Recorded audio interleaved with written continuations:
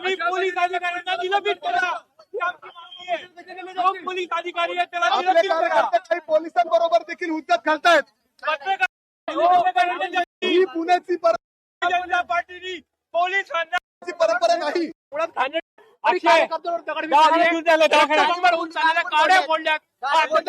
आक्षेपार्ह बाब असं माझ्या सरकारला वाटतंय.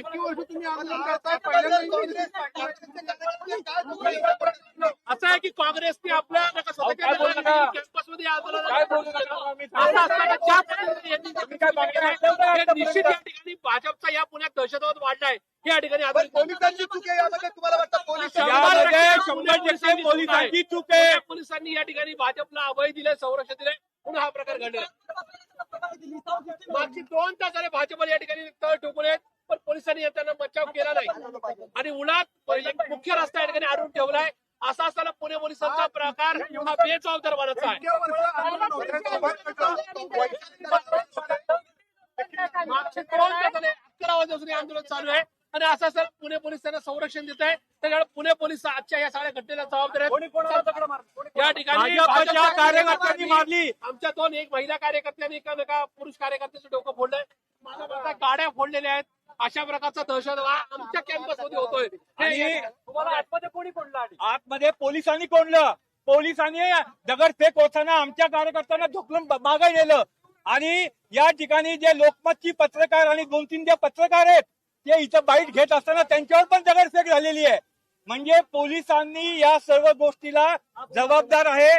आजपर्यंत पुणे शहरामध्ये अशा पद्धतीचं आंदोलन कधी झालं नव्हतं. आणि या घाणेरड्या प्रकारामध्ये पुण्याच्या महापौर या सगळ्या पोलिसांच्या उपस्थितीमध्ये संरक्षणामध्ये या सगळ्या प्रकरणात पुण्याच्या नवीन महापौर सुद्धा सहभागी आहेत.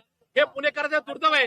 पुण्याच्या महापौरांनी कधीही आंदोलनात सहभाग घेतला नव्हता, पण आजच्या दगडफेक प्रकरणात सुद्धा पुण्याच्या महापौर होत्या. काय पद्धत सगळ्यात लाजिरवाणी गोष्ट आहे. अशा पुण्याच्या महापौरांचा सुद्धा आम्ही तीव्र शब्दात निषेध व्यक्त करतो. पोलिसांच्या उपस्थितीमध्ये या ठिकाणी भाजपच्या कार्यकर्त्यांनी गुंडांनी काँग्रेसच्या कार्यकर्त्यांच्यावर दगडफेक केली. काँग्रेसचे कार्यकर्ते जखमी झाले.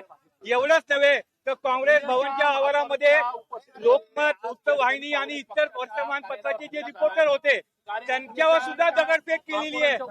आम्ही आमच्या गाड्या ज्या होत्या त्या गाड्यांच्या काचा फोडल्या भाजपच्या गुंडांनी आणि पोलिसांच्या संरक्षणामध्ये आज हा जो काही प्रकार झालेला आहे. या गेल्या 50 वर्षामध्ये आम्ही अनेक आंदोलनं केली.